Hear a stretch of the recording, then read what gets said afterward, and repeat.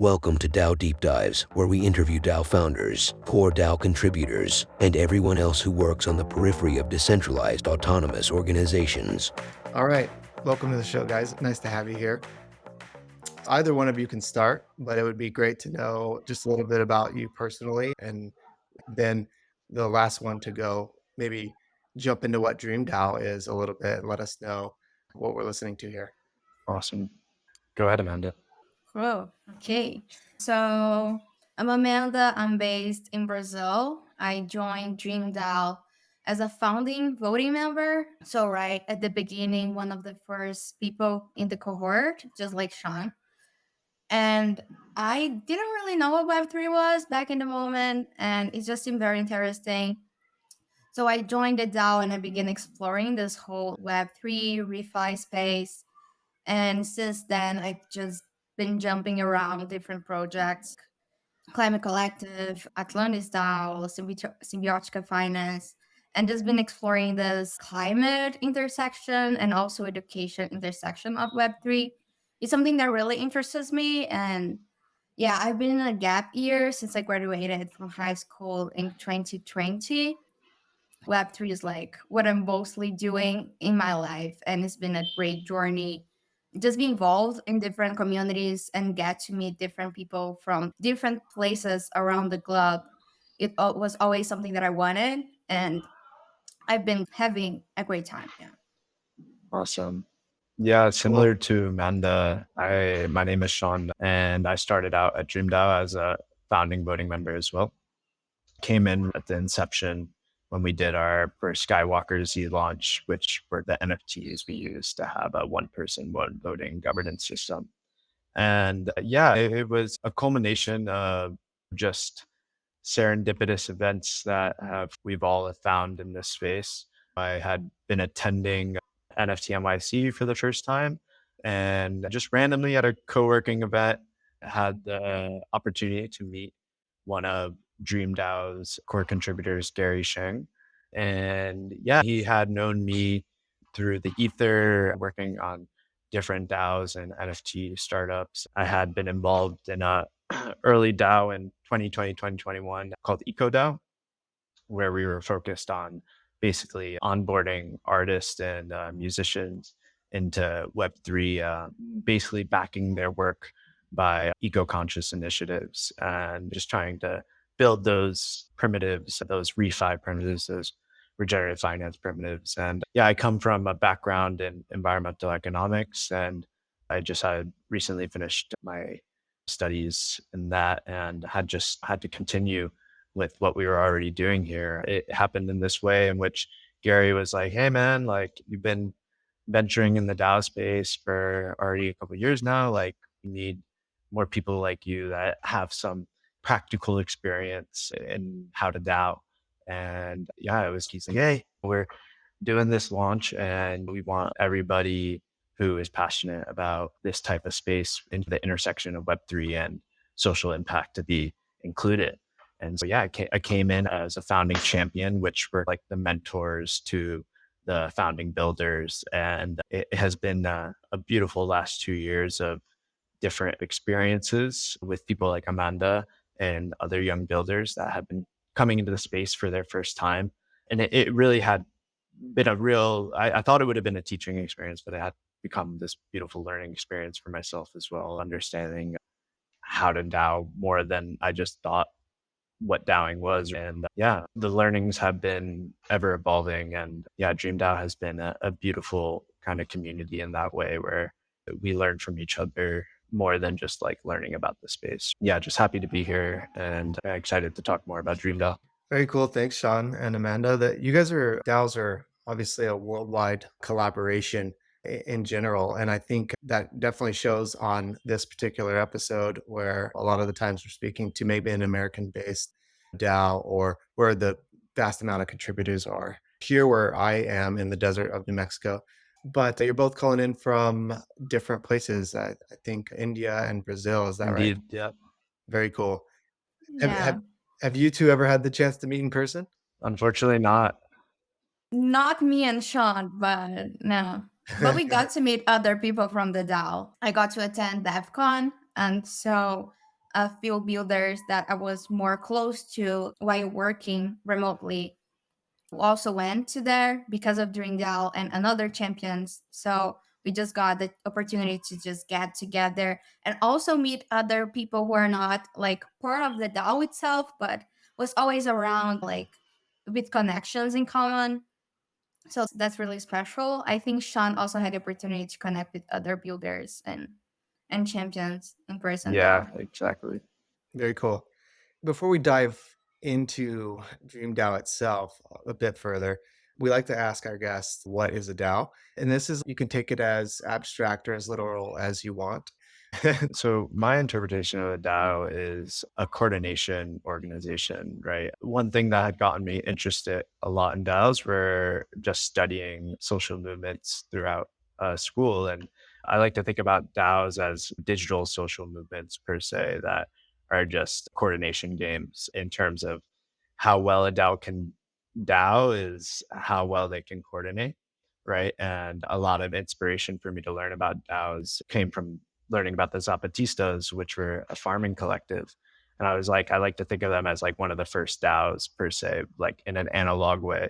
But then taking the DAOs as we know it now is a really interesting thing where I feel DAOs can exist in a digital and analog realm, right? Where it doesn't particularly have to be based on smart contracts, but smart contracts allow DAOs to superpower themselves in a way in which they can exchange information seamlessly with ultimate transparency and like a trustless nature. And so when I think about DAOs and my interpretation of them, I think about an intergenerational kind of organization of different coordinators that come together either over the internet or in person that are functioning towards funding what matters to them. And those can be DAOs like ours that are focusing on funding like web3 education and social impact and everything that entails in terms of just climate and social justice. But then you have DAOs that just are friends that want to come together and fund what they believe in and vote with their money. And it's a beautiful thing that's more than just a shared bank account or a shared wallet. It's a shared kind of purpose with actual services and tools to make it possible and a reality. Awesome. Amanda, I'll let you go. Yeah, there are like I've seen so many DAOs and each of them has their own way of doing things, right? We have some DAOs that just work on impacting other people and having this external impact happening. But when it comes to Dream DAO, which is the first DAO I have been in, what I've learned and I see DAOs as communities, this big community of people who are interested in achieving something, and you're building this impact for each other, but also so you can impact other people some way at some point. And yeah, it's just this big community working together towards something. And it's very nice that you just have the opportunity to explore different ways and actually jump in and make the impact yourself instead of just like we have other impact organizations throughout the whole ecosystem, and sometimes we just donate the money or you just do it some help, but those actually allow you to just come and do something like that you really want and just take decisions for that contribution that you have been doing, but also be impacted by the contribution and all the work that you have been putting in. And that's what I see DAOs, this big community is just working for each other and also for other people in a big common. That's awesome. Let's say if you guys are at a party or something and someone just said, why is DreamDAO even important? Like, why don't you go do something else, right? What is the couple of sentences that's really, this is why we are doing what we're doing and this is why it's important? Amanda, you can feel free to take that one. Yeah, for sure. I would say that it's mostly about, I was talking to Sean about this. The kids will lead. It's something that we really believe in. So, what we are building right now in Web3 and in the entire world will be handed over to Gen Z and so on to other generations. So DreamDAO came up from this idea that there was not enough people, enough Gen Z young leaders being onboarded to the Web3 space, especially in the social impact. And so they could lead the change in the future. And DreamDAO is just training and mentoring these people so they can keep this change going and happening in the future. And that's why it is important. Like, you need to educate people and give them the opportunities to learn and also have this first experience, because usually you go to college and after that you get like internship, and if you get lucky you get a job, and if you don't get lucky you just get a job that is not in the area that you wanted. And DreamDAO just want people to, if you want to learn about Web3 and just have this opportunity to put your hands on work and start doing building things, then just come here and we're going to help you. And it's a way to welcome new generations, new people from all over the world into this big ecosystem that is just emerging. It's been there for a while, but we are just beginning. So we hope that we can keep doing that. And Shaan, I think you have like a 3-pillar sort of model in DreamDAO: funding, training, community, I believe. Talk to us a little bit about how you actually implement that and, what those are, how you came up with that. Yeah, of course. I think, yeah, in some ways, I guess in some ways it was just a random occurrence of events, in the sense that we gave the opportunity for individuals to come into these two roles, right? That can be thought of as like de facto mentor and mentees, right? And that gave that like initial opportunity to take responsibility in an initial way, and just like voting on, proposing and voting on things you want to see being built. And what came out of that in terms of just the shared like governance structure that was like initially implemented, allowed for there to be a way in which all of us lead, right? And how Amanda said kids will lead, right? It was this way in which kind of the mentors, the champions came in to give that experience in terms of the first pillar of just previous merit that had been accumulated by these individuals in this space, is showing, oh, hey, this is what they funded. This is what not only they put their money, but also their time towards. And that's why it's important. And that emphasis created kind of the community and also purpose around what is important in this space. And it ended up coming to a place of, it's in the name, dream DAO, and ultimately just dreaming about the future we want. And we came to this collective consensus that like it's a culmination of a solar punk regenerative future. And solar punk, for people that don't know, is a way in which we're imagining this future that is fueled by living off the land, living off the innate resources that were given to us by nature, and honoring them and preserving them. And what happened actually through that kind of emphasis of this purpose was that like the builders came in and led in a funny way in which we didn't really expect, right? Because they were like, oh, okay, like this is actually important. And this is something I've been trying to emphasize in my own life. But now, like, I have a way to be on a global kind of stage to emphasize it, not only for myself and my own community, but for anybody in anyone's community. And it was that type of thing in which, not only did then it came to a point where, the builders, the young Gen Z leaders were able to like vote and put the treasury towards what they thought was important. But then it came to a point where they actually made some really meaningful relationships along the way that I probably wouldn't be here where I am now in India without. And I don't know about Amanda, but I think her being in the positions and roles she's in across DreamDAO and across the space would have not ever culminated if it wasn't for this shared sense of purpose. So yeah, like that sense of community was maybe fueled by the mentors, which were the champions, but actually the torch was maybe unknowingly passed on to the builders in a just like natural way, and they led and unexpectedly, right? Yeah, we said it, that the way that it happened was kind of beautiful. That's great. Amanda, when with DreamDAO, like internally, how exactly can you give us an example of helping a Gen Zer out accomplish something in Web3 or understand, starting to learn more about Web3? And then how does the funding work actually making that a reality for them? Can you talk to us about that a bit? Yeah, for sure. So first we onboard these Gen Z people by opening the applications. And once they apply and they get accepted, like only amount of people can join each time. We cannot just hope on 100 people all at once. And once they join, we first help them set up the wallet because it's the basics. And then we send them the NFT, the Skywalker Z, so they have the voting power. No builder will ever have to pay for their Skywalker Z NFT. And then we also send an amount of ETH so they can buy their ENS domain. And once they are all settled in the basics, we have the learning together sessions, which are these study sessions that we bring different hosts that will explain from the basics of Web3 and ReFi and DeFi, but also to other things. Like we had the last learning together was about content creation. So we just have all these different talks about different topics that we think will be helpful for them and other topics that they just think will be interesting to have because they want to learn about.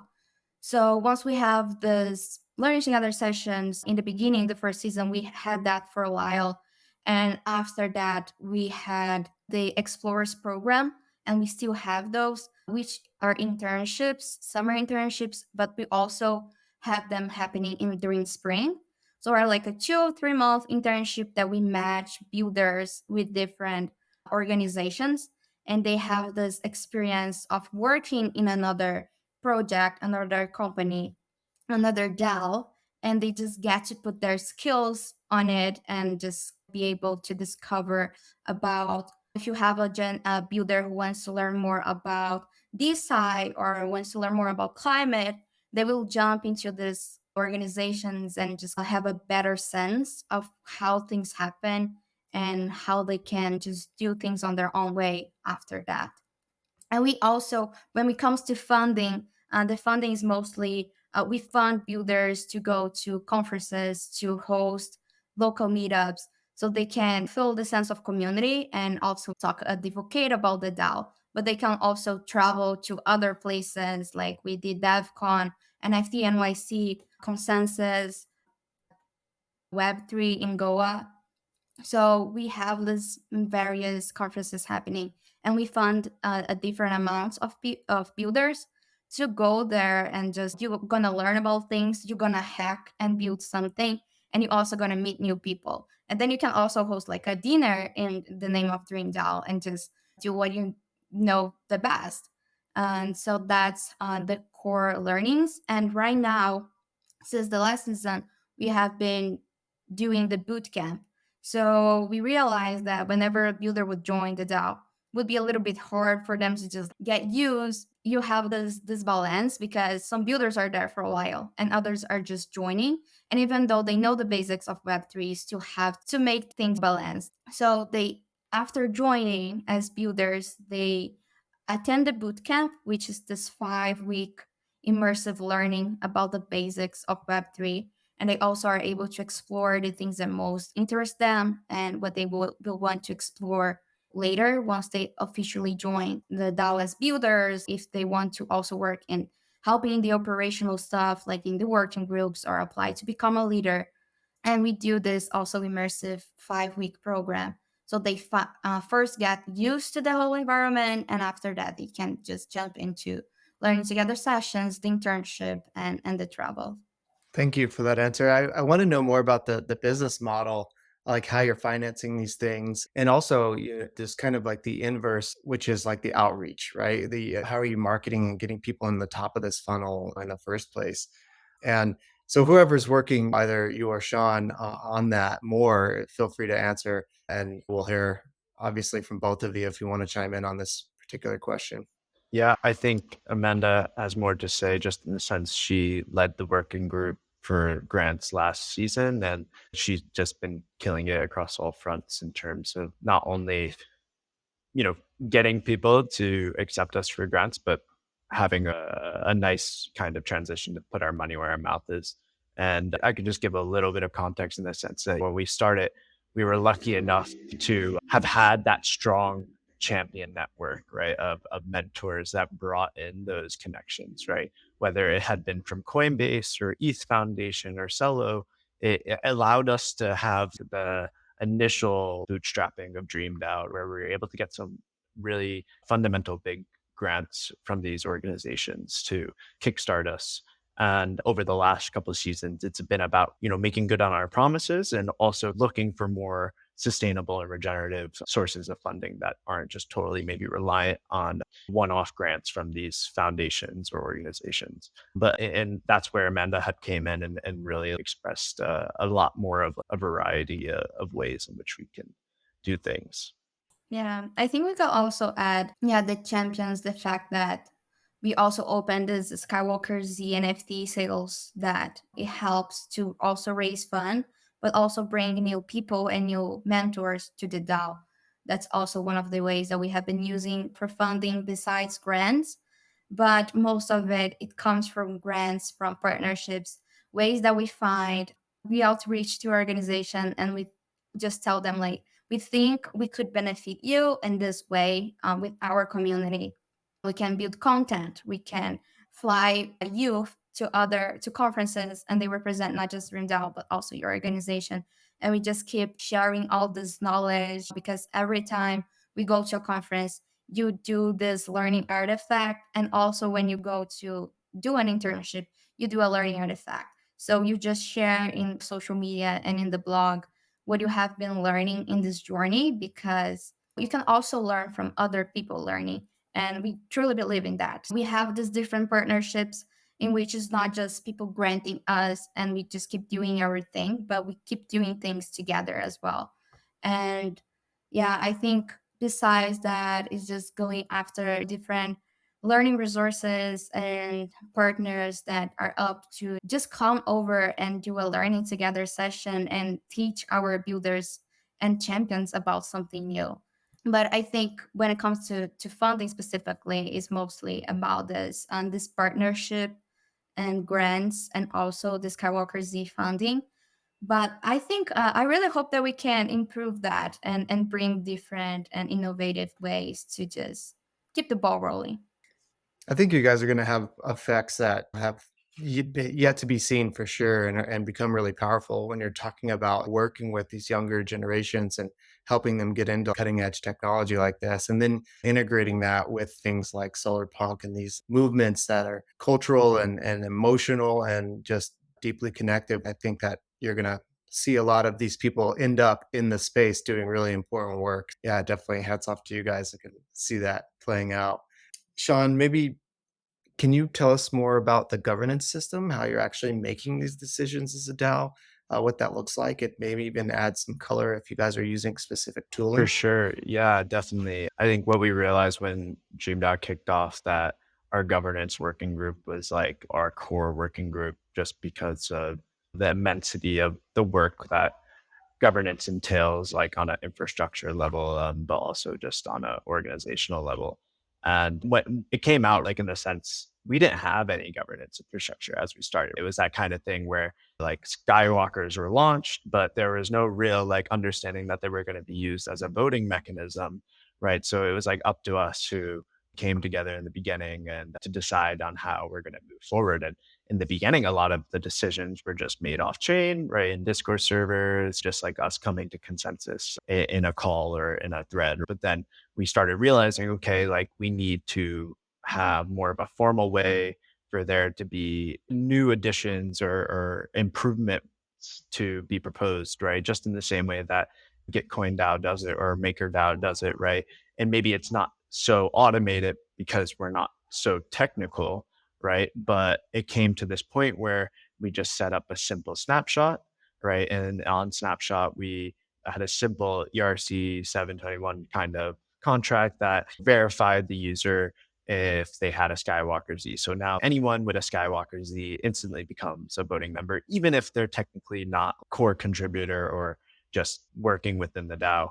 And that's what was like the foundational layer, right? Just this snapshot where, anyone in the DAO can come and propose something, and then therefore anyone else can then approve or disprove it. And that was just the foundational layer. We realized that was enough to get the ball rolling on just voting on things on chain, and then also having an off chain pipeline from forum to then actual proposal, a vote, right? And that gave us like another kind of way for builders to interact more with web3 and just do things with their wallet, even if it was simply like just pressing a button to vote. And then it culminated into a way in which the governance infrastructure ended up being one-sided in a sense, right? Because we realized, right, once you put everything on Snapshot and it's one person, one vote, then a lot of the people who vote first are the champions because they see the proposal or they're helping being the point of contact for that proposal. And therefore, like when they vote, then everyone just falls in line because you can see who votes, right, on Snapshot. And that was a problem with the lack of like anonymity that was involved in the voting process. Was like a barrier or obstacle that we faced. And so then we looked to introduce a shutter tool in which we can hide the identity of the voter. And so that allowed for a little bit more of a transparent, maybe more accurate view of what people wanted based on what was being proposed. And that got us to a place in which, it didn't particularly increase activity on voting on governance, but it allowed for there to be a little bit more accuracy. So nothing was just overall 100% approved or overall 100% disapproved, right? And that was a great foundation on Snapshot. And then now we had, in the last year, had moved to a merit-based kind of voting system where we are still in the process of trying to build it out because there's a lot of inherent things that we don't want to just have people have more voting power because they've been in the DAO longer, right? Trying to find ways in which there can be multiple weights on which you have power to your voting, right? And this is something that we're exploring through quadratic voting, right? But it's that type of thing where it's also depending on what we're voting on, right? If it's a more of a technical or treasury based proposal or more of like a community organizational based proposal, there's a different way in which we propose that. One may be like for the community one's just one person, one vote. And then for maybe the more important structural ones like treasury, it might be more quadratic voted. And so just understanding that it's not like one size fits all for governance, and you have to assess the situation, especially as you start proposing different improvements to the DAO. And so that's been a great learning experience, especially just using different tokens as voting mechanisms. Yeah, I was going to ask how merit-based compares to quadratic, and if this is all just like under one umbrella. I guess it's under the quadratic umbrella here. So that's how it's going to work. And it's absolutely true. To be able to vote on something and then also immediately see the results like in real time and see how those results came to be, it's a challenging situation. You almost just need a blank slate. That's like the first thing that says, take a deep breath, think about what you're voting on here, read each thing carefully, and give your honest thoughts before you see any other data, because you've been involved for long enough. You should know the answers to these questions, at least how they pertain to you and your own perspective. So let's talk about some of the projects that have actually been funded. Who were they? What were they? And how excited were you about them? Amanda, you can feel free to take that one. Yeah. So when it comes to project itself, we haven't been funding its projects, but we have been funding our builders. And I think the outcome of our builders, we have now many builders working across so many different organizations. We have one builder, Joshua, who is just like doing a million things all at once. And because he started with DreamDAO and then he got placed to this internship with the org, and he's still in there even after the time commitment they extended, and he's still in there for like over a year. And then he also jumped into WaterDAO this last summer, and he's still there as well. So you just have all these builders keep doing stuff because of these connections that they got from either being at DreamDAO or because they were talking with a champion and just help them to get there. We had Madhav, I think Shaan can just really bring that example on, who is just was at DreamDAO and he was always like very technical. And now he's just traveling around everywhere and building on Solana. And it's just really incredible to see how different builders just get the opportunity to just keep the ball rolling. So they start in the DAO. Okay, we want to learn. And once we are able to place them with other organizations and projects, they just keep building their own thing and going over their own pace, but also just moving back and forth and also trying to create their own projects. We had Julieta. We were at the DevCon together and we were just talking. I was like, the Web3 space, what are you been thinking about doing? And she talked about having this art project that she did for Rise, is a scholarship outside of Web3.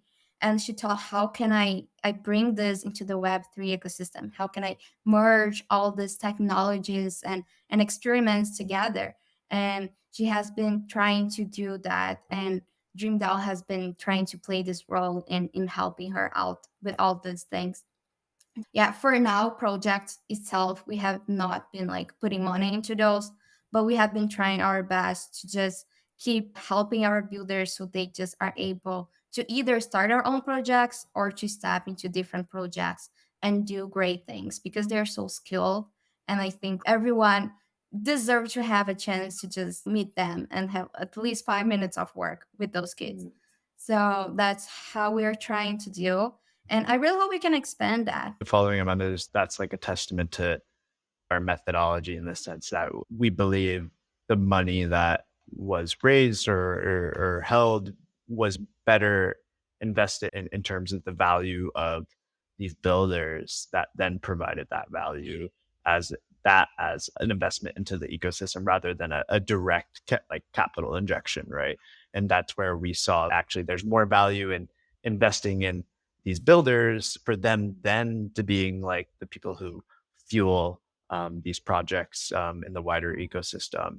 And it's definitely proven that fact. It's not saying that we can't do two things at once, but as we got off and started, it was this type of thing where it was beautiful to see how just investing in the community actually allowed for there to be more cross-pollination between DAOs than we expected, right? Than if we were just to give one-off grants or fundings for different projects. And you brought up solar punks a bit ago. Also, with what you're speaking of now, what are some of the social impact issues that DreamDAO has addressed already? And do you think there's like an area of focus there that you really want to hone in on? For sure. I think in terms of social impact issues, the biggest thing I think is just like purely like academic to practitioner gap, right? A lot of these kids are just starting maybe their educational journey and then also with champions, maybe had just recently finished theirs. But what we had been seeing and maybe like the main motivation for DreamDAO was to close this gap in the education system in terms of like theory and then application and have it come full circle. And that's what we saw, like that learning journeys like and education can be applied at the same time as it being learned. And that's one thing we saw right from the builders. Like, not only we were creating a learning pathway for builders to learn about Web3, but then providing in unison with that the opportunities to apply those learnings was where the gap was able to be closed. And that was maybe one of the main issues that we're trying to address and did a well job at addressing it. And then looking more towards to like the social environmental issues that bleed more into the solar punk future we're trying to create, because the foundation was just trying to fix the education system or build a primitive that was hopefully to be built upon for more digital learning experiences, right? As we go into this kind of more remote learning, remote working phase of society we're in. So I think it's interesting now to see how people like Amanda are taking more focus on what is immediate concerns in our society, right? Whether it be climate change or just overall social injustice. And ultimately seeing that a lot of these builders now are like, okay, yeah, maybe before I wanted to leave where I was and not and explore the world particularly, but that's not now limited. It's like now coming back to their own community and seeing how they can have a positive impact, which is like one of the biggest issues, right? Is just like this mass migration, especially in India. Like everyone wants to leave here, right? And now what we've seen, especially with our large Indian builder base, that a lot want to stay here and create impact in their own local community. And that's like a first step, right? Because as soon as you flip that switch and decolonize a lot of individuals' minds, right, then it takes the next step to now building on that. Yep. There's a huge advantage to just building where you already have roots and setting up where you are, because walking away from that, yeah, maybe grass is greener and maybe you find something interesting, but you're still leaving everybody else behind there and they're still dealing with the same thing. So yeah, That being said, Amanda, you brought up something earlier. It was a bit of a success story. Do you have more of those? Is there some success stories that have come out of DreamDAO that you're proud of or that you think about and you want to see more of?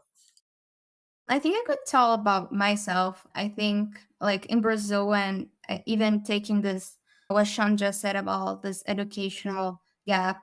In Brazil, usually you go to school and you learn about a lot of theory, like you learn about math and physics and chemistry and a little bit about art and then history and geography and all these things, but you don't really have the opportunity to apply anything like put your hands on working or learn about entrepreneurship or any other thing that you just, that you want to learn to live in the world and not just to pass in a standardized exam and get into college and learn something totally different, because that's how it works in here. And I was always trying to find these other opportunities. But since I live in a smaller city, we didn't really have those opportunities. And I just wanted to be able to get connected with other people and try to expand what I was doing. And of course, you can get a job and learn how a company works, and you can do all these things, but then you will be spending like a lot of your time and not be able to dedicate to your education and etc. So it's not the best and not the ideal if you have the opportunity to not do that. But I wanted to learn more about like business and impact and democracy and climate and all that. And DreamDAO just gave me this opportunity to jump in and actually learn how our organization works and how a nonprofit works, and gave me the opportunity to put my hands on work and say, hey, do this, lead this project, or start initiating these things. And we trust you to just outreach to different people, to just start these conversations about funding and partnership, and to just travel to the other side of the continent and just represent us. And you don't find these kinds of things. If you find, it's like after you finish college and found a cool job, which is very hard. Yeah, right now I've just been trying to put more of my hands on working on learning about also different things that I never thought I would be really interested in, like the climate intersection, or even the educational and technology intersection. So I think the way that has been impacting how I've been doing things, and I've been just changing my whole pathway of I wanted to finish high school and just jump into college and study filmmaking. And now I don't even know exactly what I want to do, but I'm doing meaningful things instead of just keep studying like math and physics, which I'm not interested in, just so I can get into this exam and get into college and learn something totally different. So, yeah, I think the way that you just have this opportunity to begin exploring things that you're really interested in and just feel like you're useful and you're doing something meaningful. I feel like also other builders feel this way, that you're just being capable and being given the opportunity, and that people trust you to just make a difference. Even doesn't matter if it's like you're impacting someone, if you're just helping like an organization or a friend out. Yeah, that's great. And so staying right along with that, maybe you think about the future a bit. I would imagine both of you have a bit of futurist in you. And we ask a few questions at the end here just to dive into some more fun and creative stuff, which is where are we going with DAOs? Like 10x, 100x from here, really pushing that out, thinking about the future. And if you think that DAOs are just adopted in by human beings everywhere, what does that look like? Where are we going with that? Yeah, I would love to just first kick it off in the sense of where we're leveraging ourselves in inside outside of DreamDAO is just thinking about DAOs in a bioregional perspective, right? And how the future of DAOs may be bioregional DAOs that happen on a territorial level. And that thinking about this in a way in which, and how Gitcoin says fund what matters, right?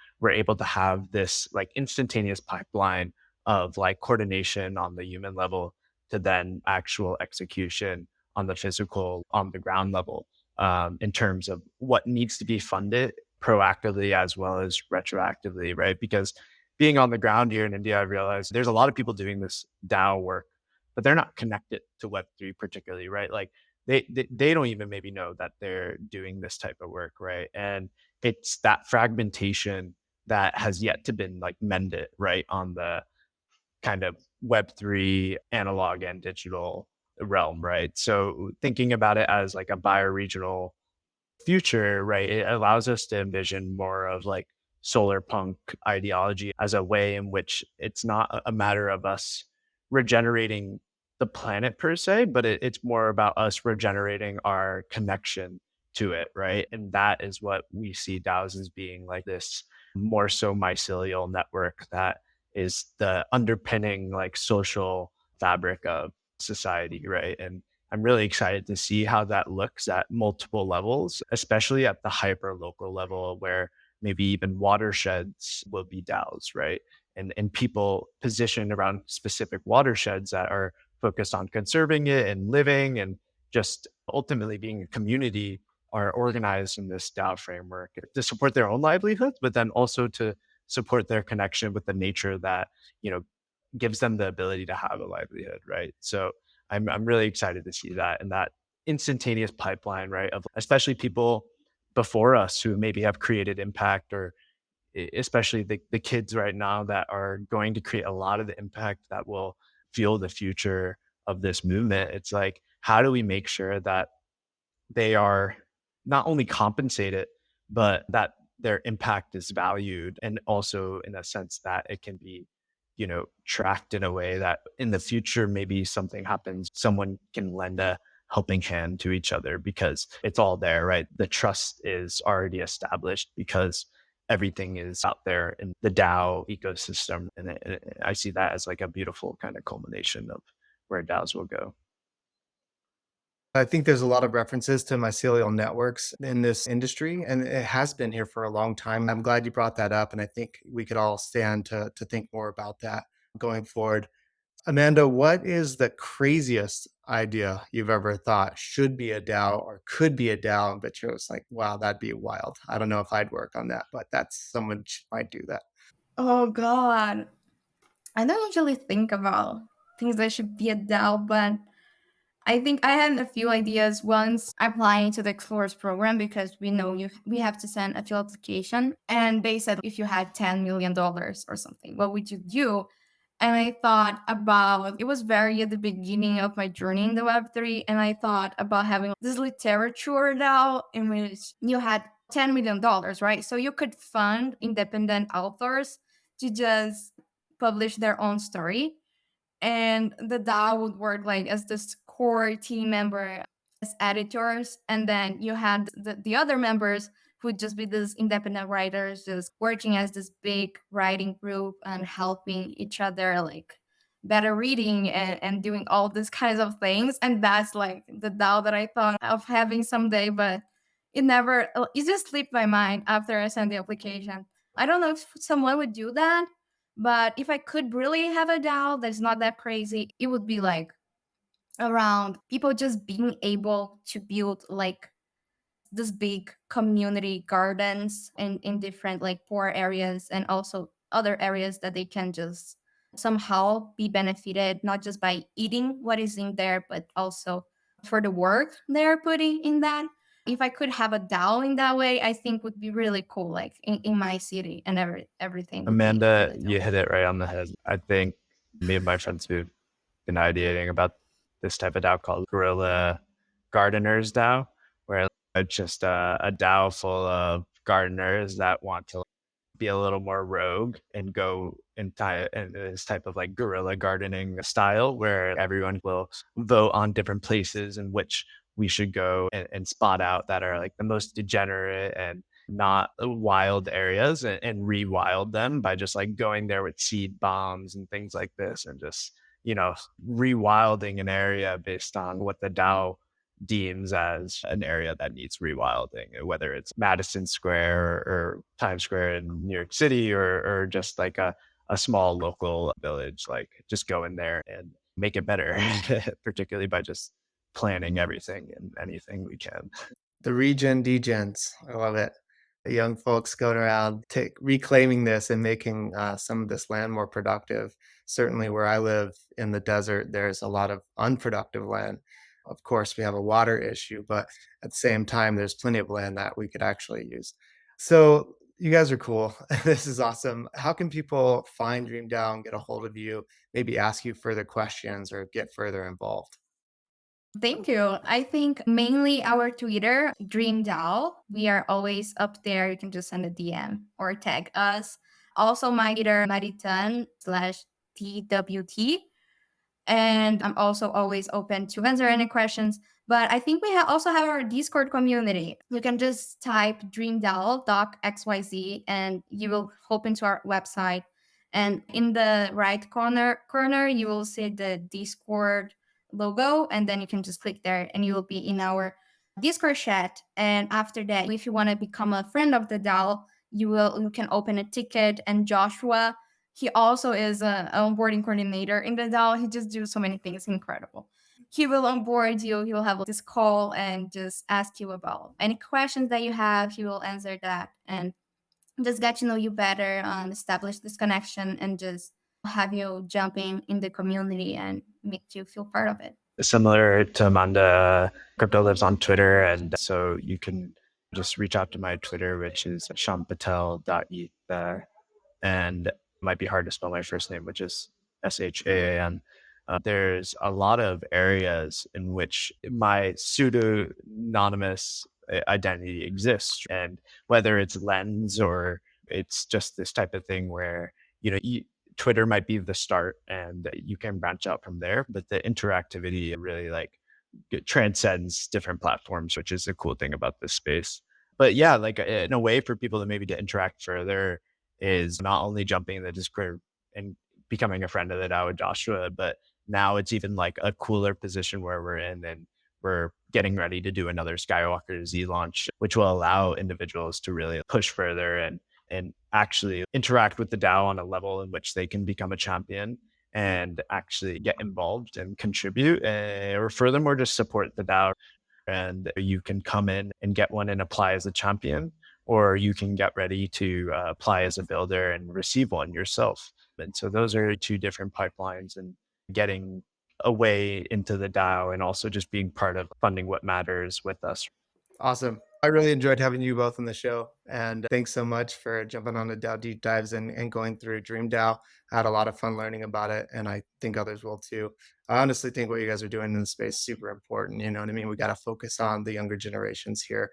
I've been here for a long time. And so I really appreciate what you guys are doing. Thank you. Thank you. Thank you Yeah, for having indeed. We us. appreciate Yeah, the extensive work you guys are doing, and love to listen to more episodes as they come out. Brad, thank you.